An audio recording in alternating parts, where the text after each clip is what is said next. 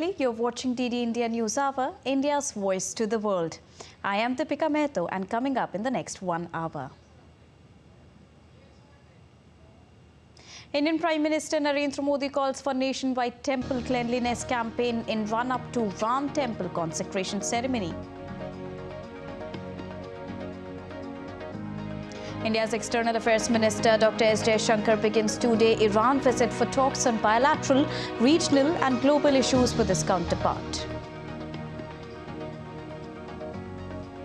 Israel pushes ahead with Gaza offensive as the Israel-Hamas conflict reaches the 100-day mark. Netanyahu declares ICJ won't stop Israel fighting until victory in Gaza. And in sports, India all set to take on Afghanistan in the second T20 international match in central Indian city of Indore. India is currently leading the three-match series by 1-0.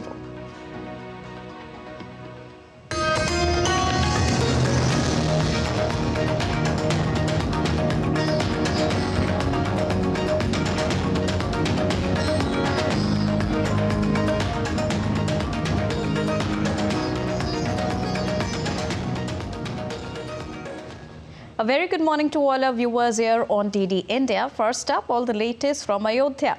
Well, ahead of the upcoming consecration ceremony of the Ram Temple, which is scheduled to take place in Ayodhya on the 22nd of January, Prime Minister Narendra Modi has initiated the Clean Temple campaign, aiming to make the holy city pristine. Prime Minister Narendra Modi called upon the citizens to unite in making Ayodhya the cleanest city of India. He also urged people nationwide to kick off a cleanliness campaign at smaller pilgrimage sites starting on Sunday and continuing until the 22nd of January. Prime Minister Narendra Modi also participated in Swachhata Abhiyan initiative at Kalaram Temple in Nashik, Maharashtra on Friday. He also cleaned the temple floor using a mop and a bucket. To Israel now. Israel marked 100 days since the Hamas's deadly 7th of October attack on Sunday took place. Israelis took to the streets of Tel Aviv on Saturday against a backdrop of a clock counting to 100 days, demanding the government to work on the safe return of the remaining hostages. Hamas rampaged through communities in southern Israel in October last year, during which Israel says 1,200 people were killed and 240 were taken hostages. Earlier, during a temporary ceasefire in November, Hamas released 105 hostages.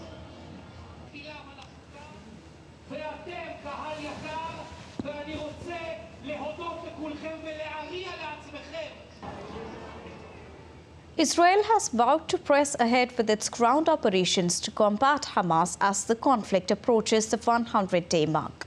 Prime Minister Benjamin Netanyahu said that they would not be affected by a case before the International Court of Justice, or ICJ, in The Hague, as Israel has denounced accusations of genocide brought by South Africa at the UN's top court.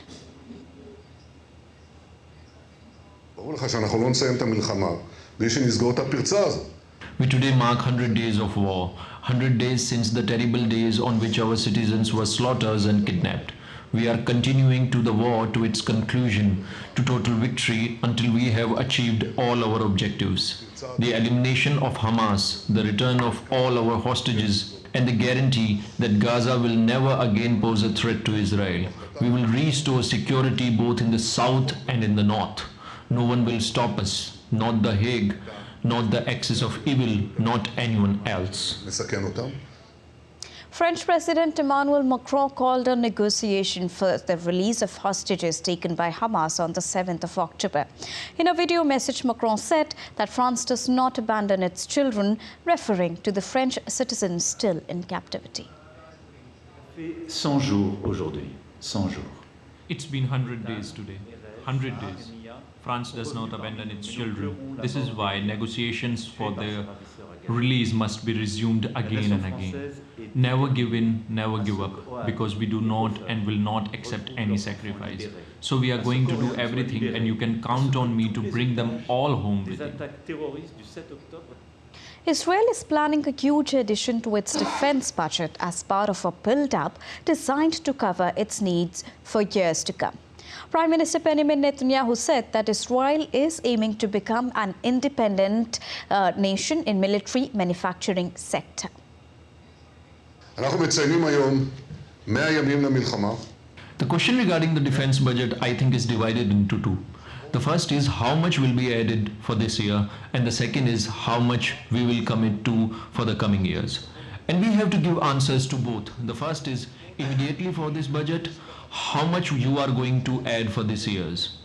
And I instructed that in 8 weeks, a special committee that we will create with the involvement of people from the Defense Ministry and the Foreign Ministry and some others who will join in, will also give us their plan as to the huge additional for the coming years in order to create that independence in force build-up and in other things that are necessary to ensure our security in the coming years.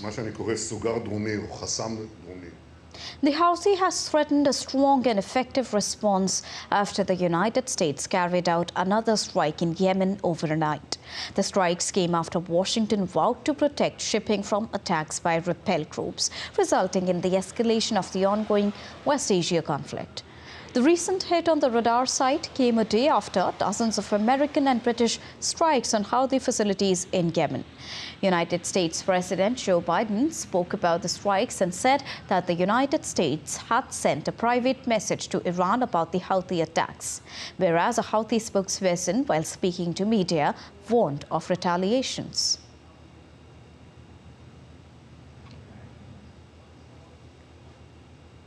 Israel has accused Hamas on Saturday of planning to attack its embassy in Sweden. According to Israel, the attack is a part of an expansion plan by Hamas in Europe. Last month, European authorities announced the arrests of several suspects. Israel's Mossad intelligence agency also named an alleged Hamas network member in Sweden without specifying whether he was also in custody.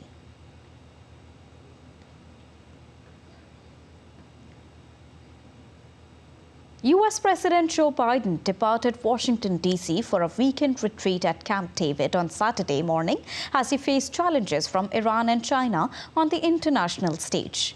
President Joe Biden said on Saturday that the United States had delivered a private message to Iran about Iran-backed Houthis responsible for attacking commercial shipping in the Red Sea. Biden told the reporters at the White House before departing to the Camp David presidential retreat for the weekend. Now, Biden also said that the United States does not support the independence of Taiwan after Taiwanese voters rebuffed China and gave the ruling party a third presidential term.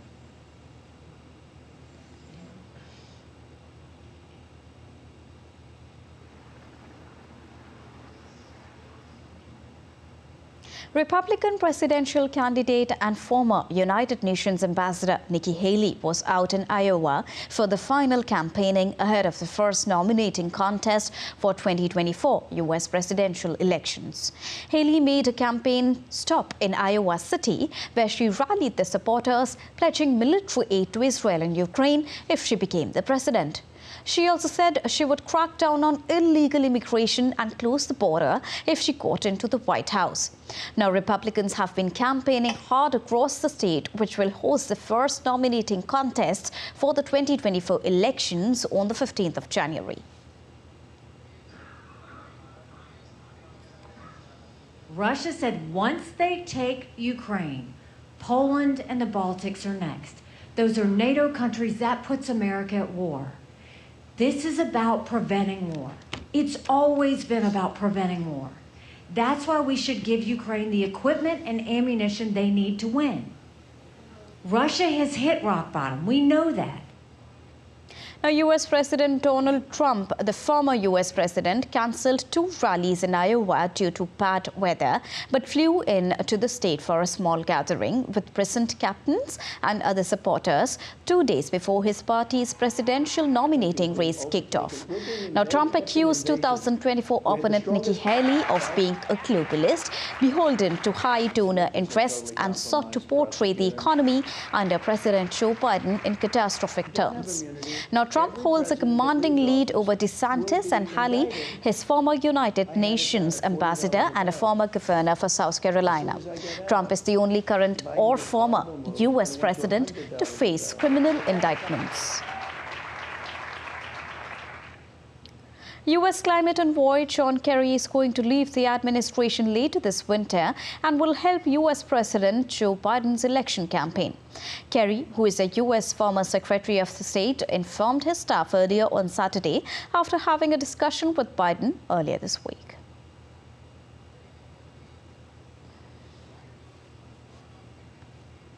We are moving for a short break, but still to come on DD India News Hour.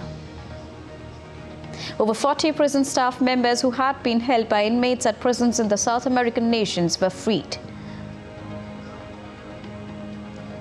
Mudslide brought on by heavy rains in northwest Colombia killed at least 34 people.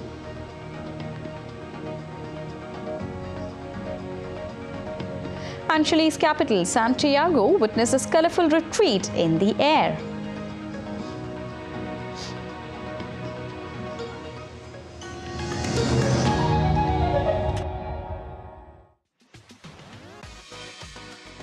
India that invents. India that innovates. India that excites. India that invites. Land of possibilities. Teeming with opportunities. Watch India Ideas each Thursday, 8 p.m. only on DD India.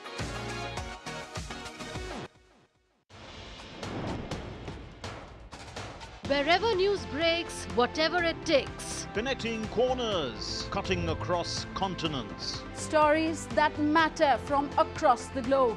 Accurate, authentic journalism that serves you right.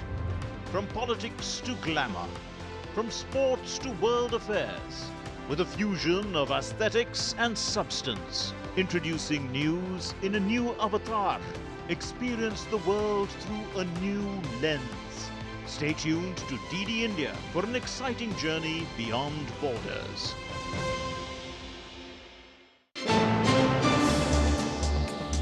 Voice of a rising aspirational world. Stories of challenges, struggles and accomplishment. A world battling conflict, hunger and poverty. Embracing growth, development, science and technology. A voice of progress, a voice of unity.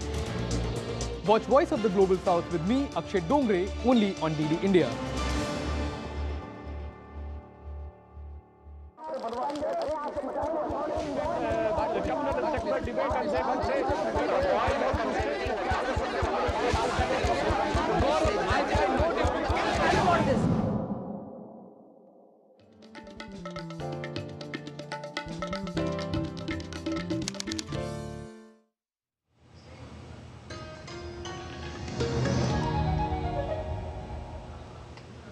Welcome back after that short break. You're watching DD India News Hour with me, Deepika. Now, rejecting Chinese pressure and efforts to impact elections outcome in Taiwan, voters ushered the ruling Democratic Progressive Party's presidential candidate Lai Ching-te into power by giving him 40% of the votes. Now, Lai is strongly opposed by China for championing the cause of Taiwan's on separate identity.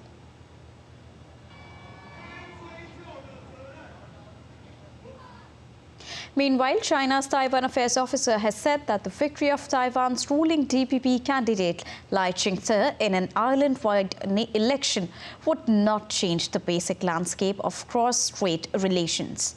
In a statement published on the office's official website, spokesperson for the State Council Taiwan Affairs Office said that the results showed the Democratic Progressive Party cannot represent mainstream public opinion on the island.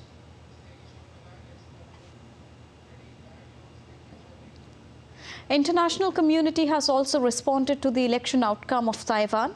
British Foreign Minister David Cameron congratulated Lai on his victory. Cameron, in a statement, expressed hope that Taiwan and China would renew efforts to resolve differences peacefully through constructive dialogue. And congratulating Lai on his victory, Japan's Foreign Minister Yoko Kamikawa in a statement said that Taiwan is an extremely crucial partner and an important friend with which Japan shares fundamental values and enjoys close economic relations and people-to-people exchanges as well. whereas South Korea hopes for peace and stability that should be maintained across the Taiwan Strait. Now, both Russia and United States oppose to identify Taiwan as an independent nation. U.S. President Joe Biden said that the United States does not support Taiwan's independence. Russian Foreign Ministry spokesperson Maria Zakharova has also reaffirmed her nation's position that Taiwan is an integral part of China and Moscow opposes any form of Taiwan's independence. TD India correspondent Patrick Folk now joins us from Taiwan for more on this.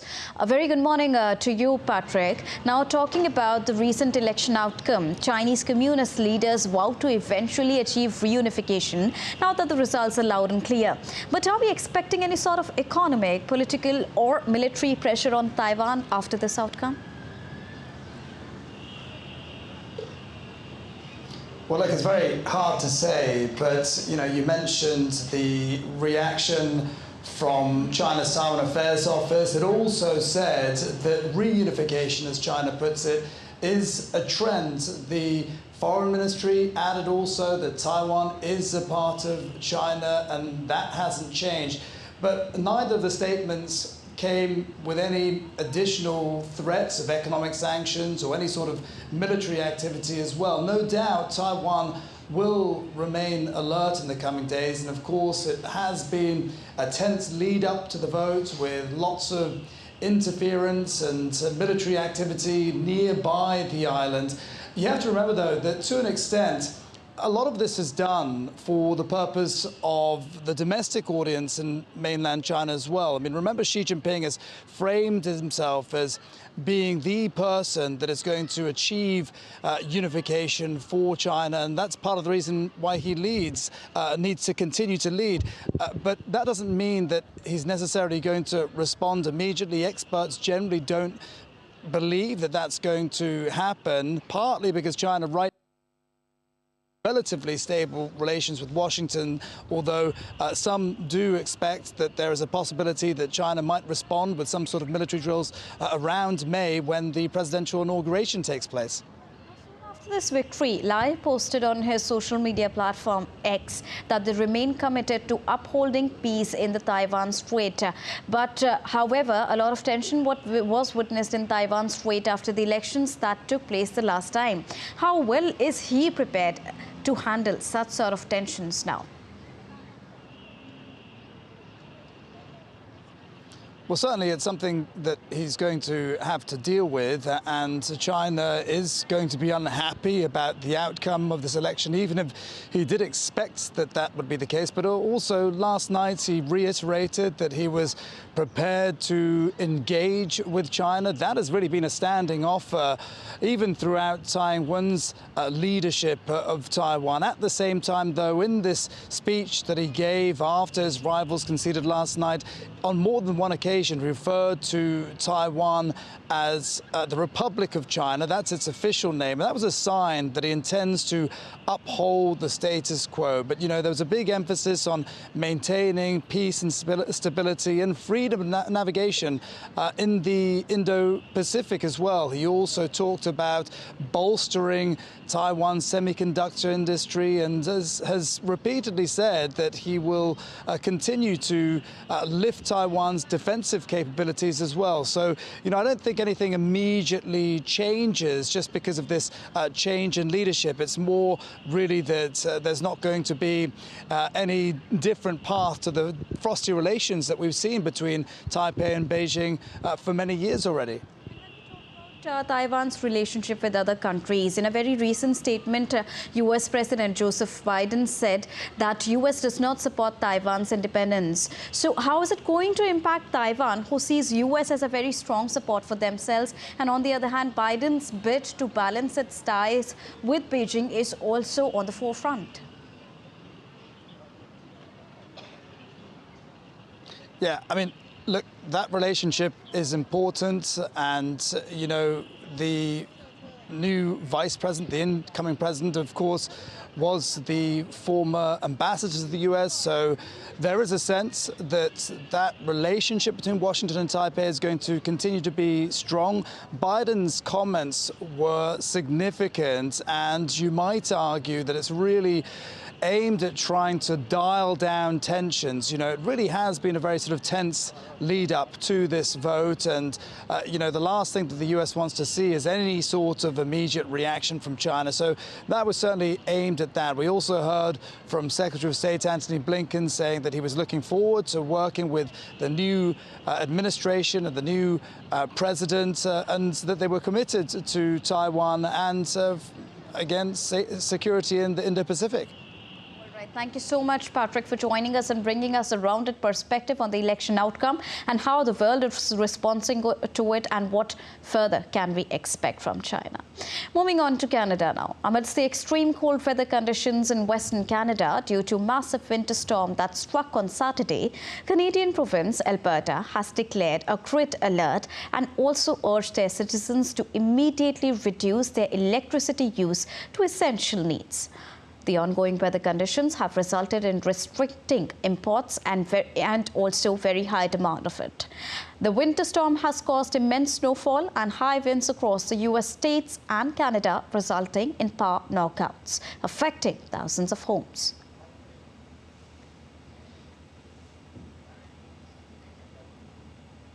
Updates from Ecuador now. Over 40 prison staff members who had been held by inmates at prisons in the South American nation amid a sharp uptick in violence were freed. Now, these were among 178 guards and administrative staffers that had been held hostage since Monday in at least 7 prisons as a security crisis escalated in Ecuador. The police and the armed forces were continuing to carry out operations at prisons and around the country. Now, more than 800 people have been arrested since a state of emergency began on Monday. Ecuador has meanwhile stepped up its military presence at a shared border with Colombia, with the soldiers inspecting vehicles and passers-by on Saturday following a spike in violence across the nation. Ecuador government blames the deteriorating security situation on an increase in drug trafficking through Ecuador that borders Colombia and Peru and has become a major drug shipment point. Rescue workers in Colombia rescued survivors and retrieved their bodies after a mudslide brought on by heavy rains in northwest Colombia that killed at least 34 people and injured dozens. The mudslide that happened on the 12th of January's afternoon covered a roadway that connects the cities of Quibdó and Medellin. Rescuers and canines from across Colombia were dispatched to the scene to search for injured people. In a message on the social media platform X, Colombian Vice President Francia Marquez lamented the incidents and reported the dead were mostly girls and boys, citing prelim reports. Guatemala's president-elect Bernardo Arevalo met with Taiwan's foreign minister to discuss strengthening commercial ties on Saturday. The Central American nation's incoming government confirmed in a statement. Arevalo and Vice President-elect Karine Herrera are due to take their offices on Sunday. Arevalo has said that he aims to expand ties with China while maintaining diplomatic relations with Taiwan. The Central American country is one of only 13 nations that maintain diplomatic ties with Chinese-claimed Taiwan. Arevalo and Taiwan's Foreign Minister Joseph Wu discussed opportunities to expand trade relations between both the countries and also the possibility of increasing exports of Guatemalan products in Taiwan.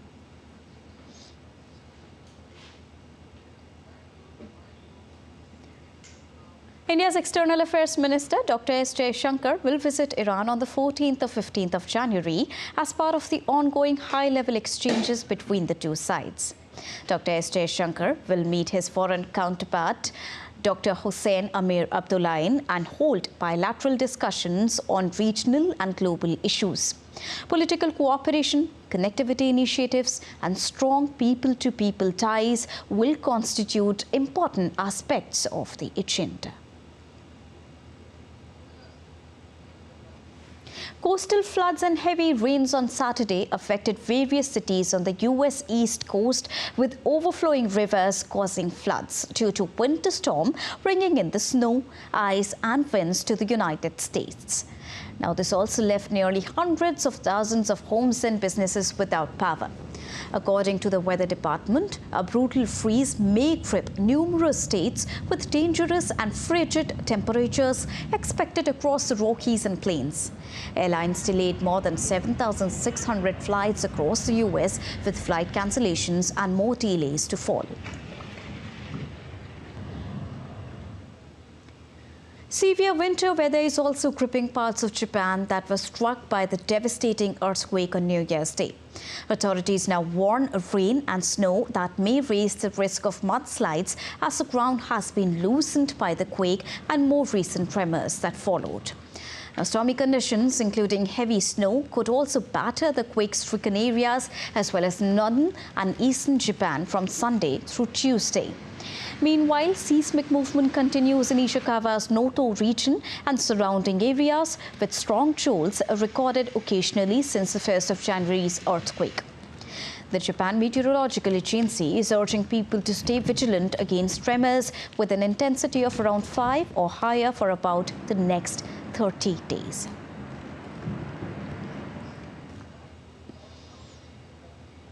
And now in DD India News Hour, let's quickly take a look at other stories making news around the world.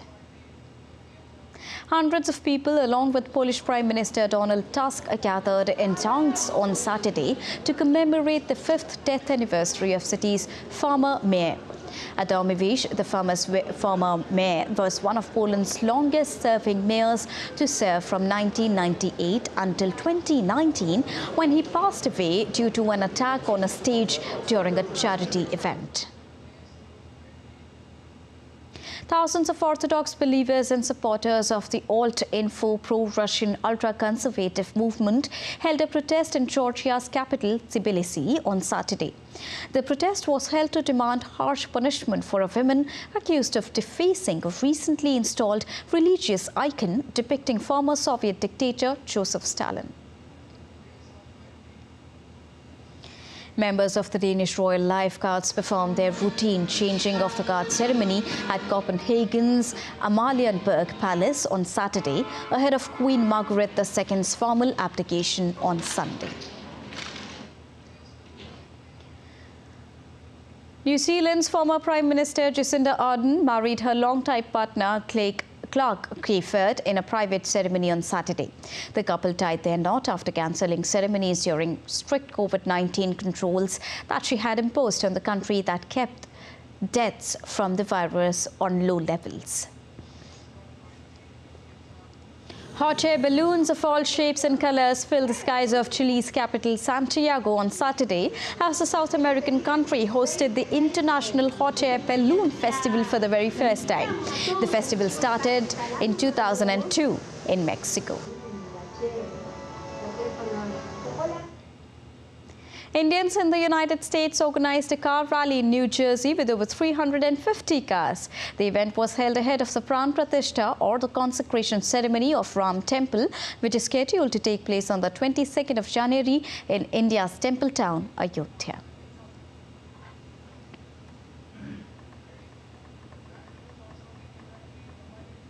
We are moving for a short break, but still to come on DD India News Hour. Commuters get to experience the Atal Setu from today onwards, linking Mumbai and Navi Mumbai. People across South India celebrates the harvest festival of Pongal, thanking rain, sun and farm animals. And thick layer of fog engulfs Delhi on the early hours of Sunday, the 14th of January.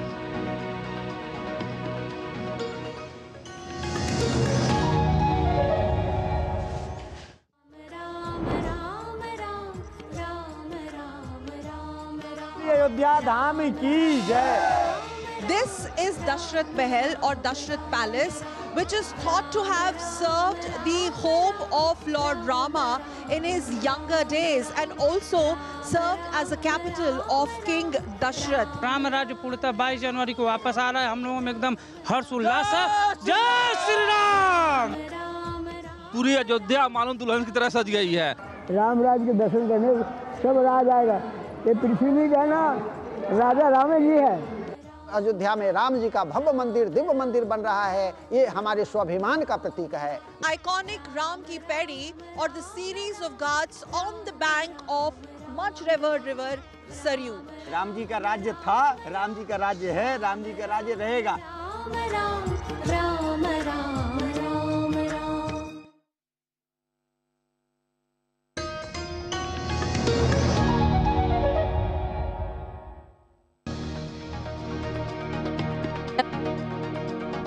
Let's quickly recap the top headlines of the hour. Indian Prime Minister Narendra Modi calls for nationwide temple cleanliness campaign in run-up to Ram Temple consecration ceremony. India's External Affairs Minister Dr. S. Jaishankar begins today a Iran visit for talks on bilateral, regional and global issues with his counterpart. Israel pushes ahead with Gaza offensive as the Israel-Hamas conflict reaches 100-day mark. Netanyahu declares ICJ would not stop Israel fighting until victory in Gaza. And in sports, India all set to take on Afghanistan in the second T20 international match in central Indian city of Indore. India is currently leading the three-match series by 1-0.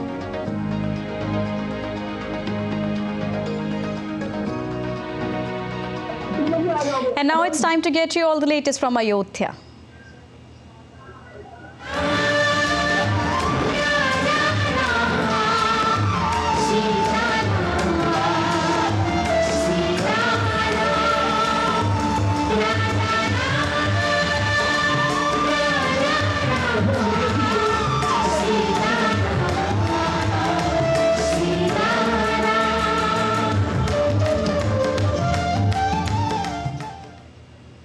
The final stage of constructing the ground floor of the Ram Temple in Ayodhya is underway, featuring exquisite inlay work and using makrana and coloured marbles. Now, makrana marble, renowned for its quality and heat insulation properties, emerges as the ideal choice for temple construction. DD India correspondent Taposh Bhattacharya engaged with dedicated workers who tirelessly devoted the past years to bring this project to fruition. Construction is going in full swing at the Ram Temple in Ayodhya, and to talk about that I have with me some of the people who are working closely with this project. I have with me Mr. Rohit Bhatia, who is with the Rana Marbles and doing the major work inside the Ram Mandir. Sir, tell us what is your exact work that you are doing inside the Mandir premise? We are doing all the flooring work inside. We are fixing the world's most finest marble. We are doing all the flooring and pedestal works over there. Why is this kind of, marble is so important? It is one of the finest marbles in the world.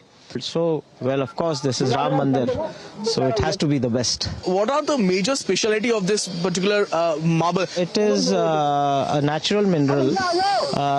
The main thing of makrana is it has 99% of calcium in it. So when the weather is absolutely, the temperature is about 45 degrees or 40 degrees, people who will walk in at for Ram Lala's darshan, it will not get warm. Basically, the temperature will be maintained for the stone, and it doesn't absorb any kind of chemical or any kind of color. So this is why this is famous for. What is the thickness of the marble that you guys have done? It might crack, what is the whole idea? Well, it is expected about 70,000 to 1 lakh people footfall every day. And for that we have kept about 35 mm thickness of the marble. Marble that is used, it's one of the finest marbles not just in the country but also in the world, and because it's Ram Lala's temple, it's Ram Mandir, and everything has to be best. So they are putting their best marble in this particular temple. With Kapasa Sanjay Jaina, this is Taposh Bhattacharya for GD India from Ayodhya.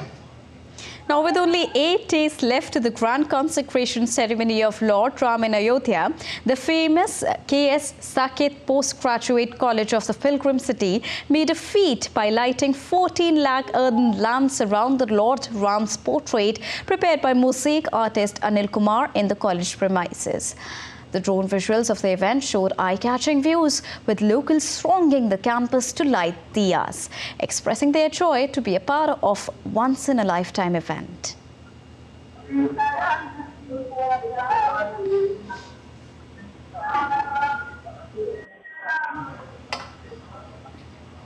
As the holy city of Ayodhya gears up to welcome Lord Ram in Grand Ram Temple, an Amrit Mahotsav event was also organized at the Badi Chavani. The event witnessed a sea of masses despite the biting cold. The eventful light show depicted characters and stories from the life of Lord Ram and Goddess Sita, as narrated in Ramayana.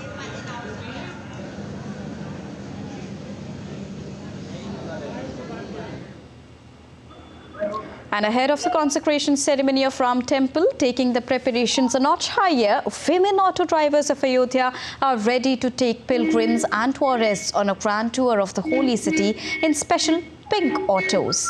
In a special initiative by Transport Department of State of Uttar Pradesh, these electric autos will ease the communication of visitors to different venues of events throughout the city. Now, white autos driven by male drivers will also be available for the purpose.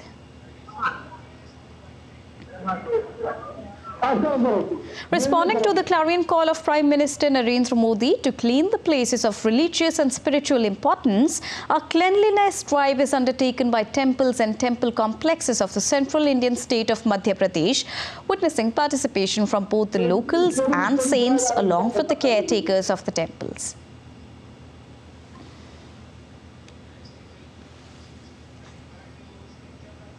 And now I'm joined by DD India correspondent Nikhil Singh, straight from Ayodhya.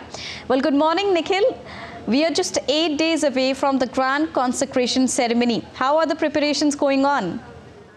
Good morning, Deepika, and to all the viewers of DD India. Good morning, Deepika, and to all the viewers of DD India. And really, the preparations are underway. And if we talk about the cleanliness drive, you can see behind there, these are the lanes which leads to the famous Hanuman Gadhi temple. And you can see that the preparations are already going on, and since morning 4 o'clock, this cleanliness drive has started not only outside the temple but inside the temple also. I have talked to the people inside the temple who are managing it. They are saying that they have deployed employees to clean the temple, to wipe, to mop the temple, the temple and the inside places, and they have also engaged people who are going to clean it outside. So this cleanliness drive has started since 4 o'clock in the morning, and as Prime Minister Narendra Modi has urged, people in Ayodhya are trying to make it the cleanest city in India, and this drive will go on before the event on 22nd of January. So all efforts are being made that this cleanliness drive in Ayodhya should be the best in the country. Deepika? To initiate the cleanliness drive. Are we also witnessing the participation of common citizens of Ayodhya as well in this cleanliness drive? Yeah, of course, the common citizens have come up with good ideas also, and they are inspiring the devotees who are coming all over the India at this place. So they are the ones who are in fact playing a key role, and they are saying that there should be a change in the behavior. Like people who come here, they should not loiter around. They should not throw out the flowers and the other things which are used in the puja. So because earlier you must have seen that the places around the temples are in fact loitered around with these people and with the things like flowers, the garlands, the agarbattis and the other things and stuff. But now the devotees, they are themselves taking care that the place is clean and it is neat and clean. In fact, there is a couplet in Ramcharitmanas that Avad Puri Jan Bhumi Mam Puri Suhavan. So that Suhavan, that means the cleanliness, that the that lovely serene environment of the city should be maintained as Lord Rama has thought once in the Treta times. So people in Ayodhya, after the urge from Prime Minister Narendra Modi, they are trying that they should be the best in the country, as when you talk that the pilgrimage places in the country should be clean. Indeed, and Deepika. people's participation is the key to make it clean. Thank you so much, Nikhil, for joining us and bringing us those very important live inputs from Ayodhya. Now, with spirits soaring high as the consecration ceremony is coming closer, the Krishna Dharohar Granthalaya Sansthan of Agra is the latest to join the queue to give something to Lord Ram on the auspicious day. The Sansthan is making a 3,000 kilogram mega Ramayan from steel, each page weighing around 100 kilograms. The book will be gifted to the Ram temple after its completion.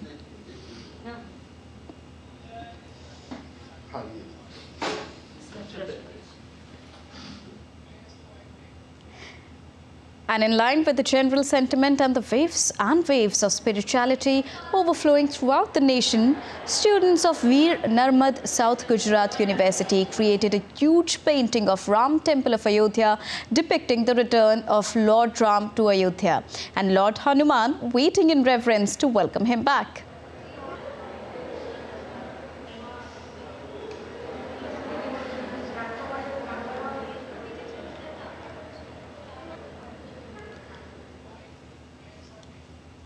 A resident of the tribal district of Kanker in central Indian state of Chhattisgarh, Santoshi Devi, who works as an autopsy assistant in a local hospital, was brimming with joy on receiving the invitation for grand consecration ceremony to be held in Ayodhya, calling this a divine blessing for herself. The foundation of the Grand Ram Temple of the holy city of Ayodhya is made of special stones from Madhya Pradesh's Chhatarpur district, the same stones that were used for the famous Khajuraho temples. Now, 270 metric tons of stones were sent to Ayodhya that, despite facing issues due to COVID pandemic, reached on time and without any hassle. And in a note to the consecration ceremony scheduled to take place on the 22nd of January in Ayodhya, mesmerizing people once again with his creativity, Bengaluru's Rangoli artist Akshay Jalihal created Rangoli depicting Lord Ram. The intricacy and finesse of the Rangoli is bewitching the viewers as it is extremely appealing to the eyes.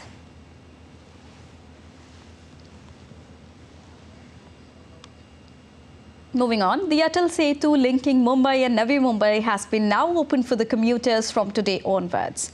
The longest sea bridge of the nation will reduce the distance between Mumbai and satellite city of Navi Mumbai from several hours to just 22 to 30 minutes. It will also boost development in the region and will also play a huge role in road connectivity for the upcoming international airport. Well, the much-awaited Mumbai Trans-Harbour Link, popularly known as Atal Setu, is now thrown open to public, and since it's the first day, people are also commuting, also travelling to take in experience, and likewise we have a commuter over here. Let's try and talk to them. Which side are you travelling from and how was your experience? See, we are basically coming from Mumbai to here, and we are going return to Mumbai. See, the experience was really great. The reason is what? It is a honor or it is a pride for India that we are actually traveling from this kind of roads. We'll be talking to more commuters. Here they have all happy faces and there's a dog inside too who's come out to visit. How was your experience and what do you have to say about this bridge? Actually, I'm traveling for the first time and it's a great opportunity. Like, we are traveling and in a short time from Navi Mumbai to Mumbai, and really we are happy. This particular giant of infrastructure has the potential of changing both the traveling scenario and also the economic scenario of both the cities, Mumbai and Navi Mumbai, and it can prove to be a game changer.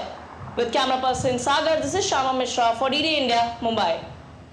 And now Shama joins us from Mumbai. Shama, you've been tracking the reactions of all the computers on day one now since the time the Setu became operational. How has been the response so far?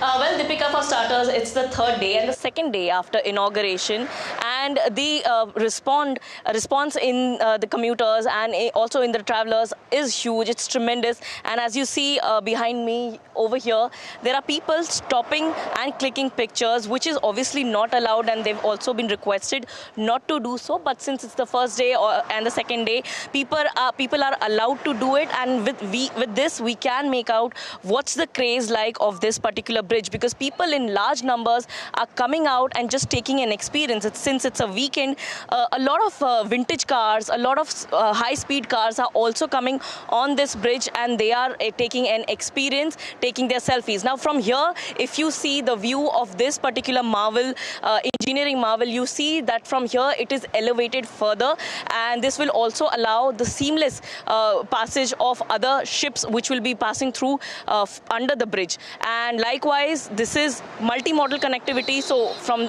below the ships can also pass through. From up, we are seeing that motor vehicles are also passing through. We have also gotten to know that within 12 hours after the opening of this bridge for the normal commuters, more than 8,000 vehicles have already travelled through this particular bridge, and we've also been told that this bridge has the capacity of daily 70,000 vehicles. So we can understand that the potential is yet to be utilized of this particular bridge. But for now, it is open for Mumbaikars, for Navi Mumbaikars, and people in large numbers are now keen to take a travel experience. We've also been traveling, and like I've mentioned that this is the third day.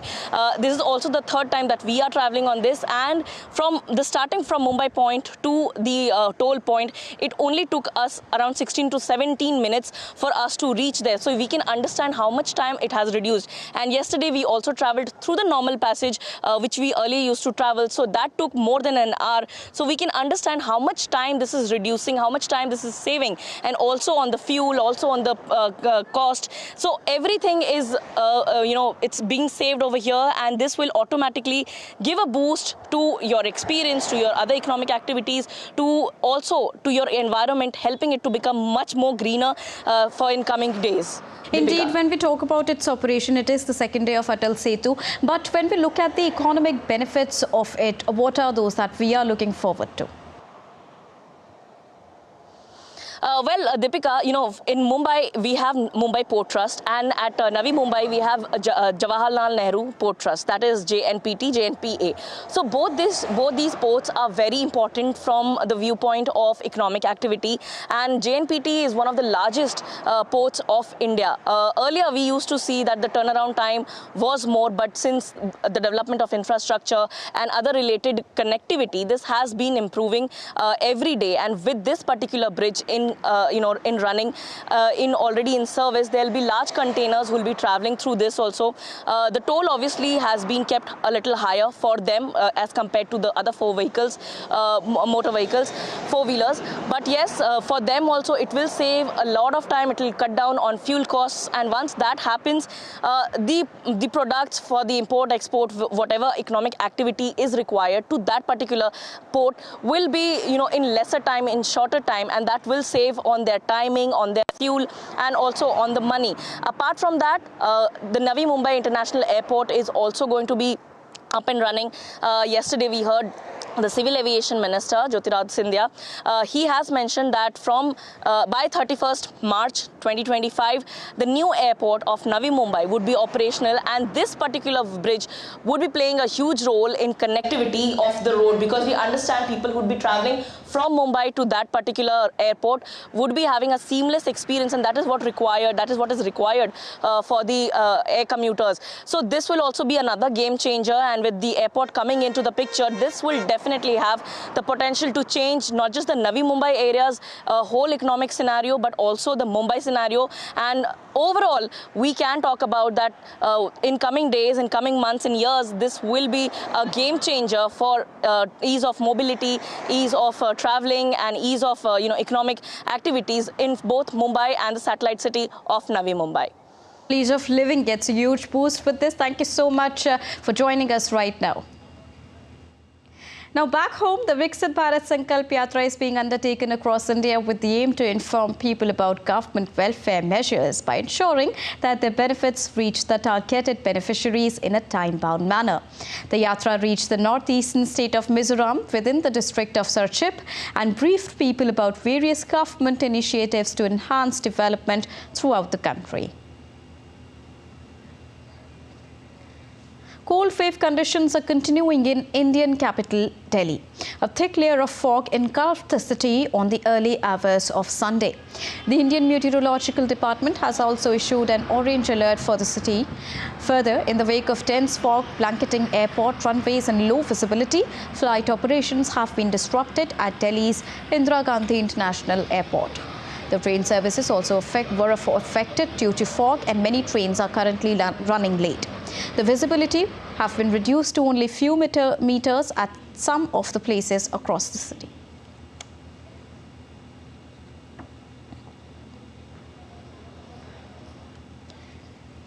And now indeed India News Hour. Let's quickly take a look at what other stories are making news across the nation. South India's Chennai International Airport all lit up with colourful lights on the occasion of Pongal. People across South India celebrates the harvest festival of Pongal, thanking rain, sun and farm animals. Offerings of boiled milk and sweets are made to appease the gods to ensure a bountiful harvest.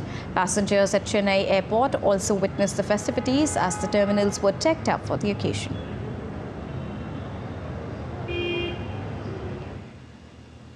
On the auspicious occasion of Indian festival Makar Sankranti, devotees take a holy dip in river Ganga at Har Ki Pauri, Haridwar in Indian state of Uttarakhand. Taking the dip in the holy river of Ganga, it is considered as sacred on this day. Makar Sankranti is a festival in which devotees make offerings to deity Surya. The day marks the first day of the sun's transit, marking the end of the month with the winter solstice and the start of longer days. And now it's time to take a short break here on DD India News Hour, but still to come. Second International Ayush Conference and Exhibition opened its door at Dubai World Trade Center. Embassy of India in Kathmandu, in collaboration with Indian Citizens of Association of Nepal, celebrated Prasar Bharati Divas.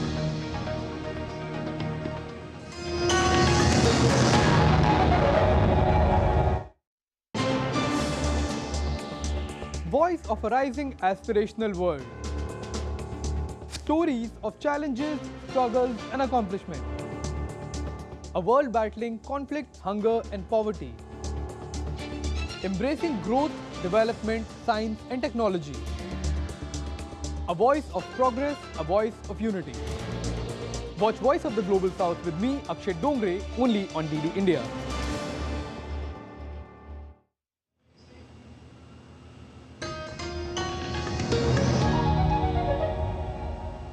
Welcome back after that short break. You're watching DD India News Hour with me, Deepika. Well, the second International Ayush Conference and Exhibition opened its door at the Dubai World Trade Center, orchestrated by the Science India Forum and Ministry of Ayush.